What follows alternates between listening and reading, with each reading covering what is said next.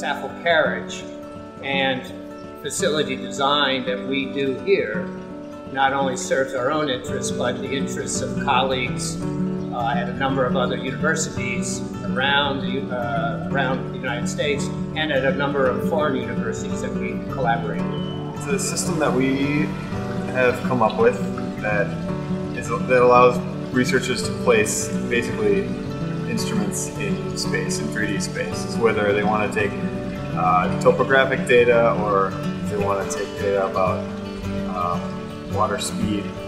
Basically what the cart does is place that sensor in the right position and it will record.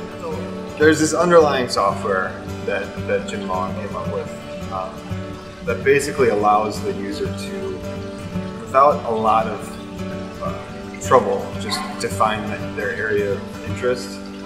They're going to say they will turn on a little point, a laser point, and they can trace out their area that they're interested in and just take the numbers from that and feed them into a calculator worksheet, and then it'll automatically make a path that it's going to use to take the data.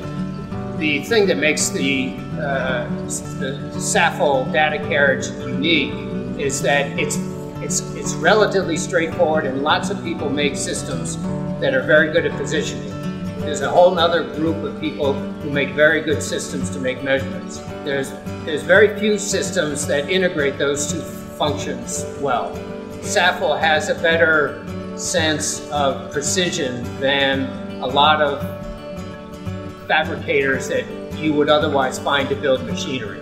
There's very few people who design equipment that both has the kind of precision that we're talking about, which is sub-millimeter, and can run across a basin or a flume that's 250 feet long. Now, we can make measurements, for instance, of evolving topography, and we can do repeated measurements of a 2-meter swath in about 10 seconds.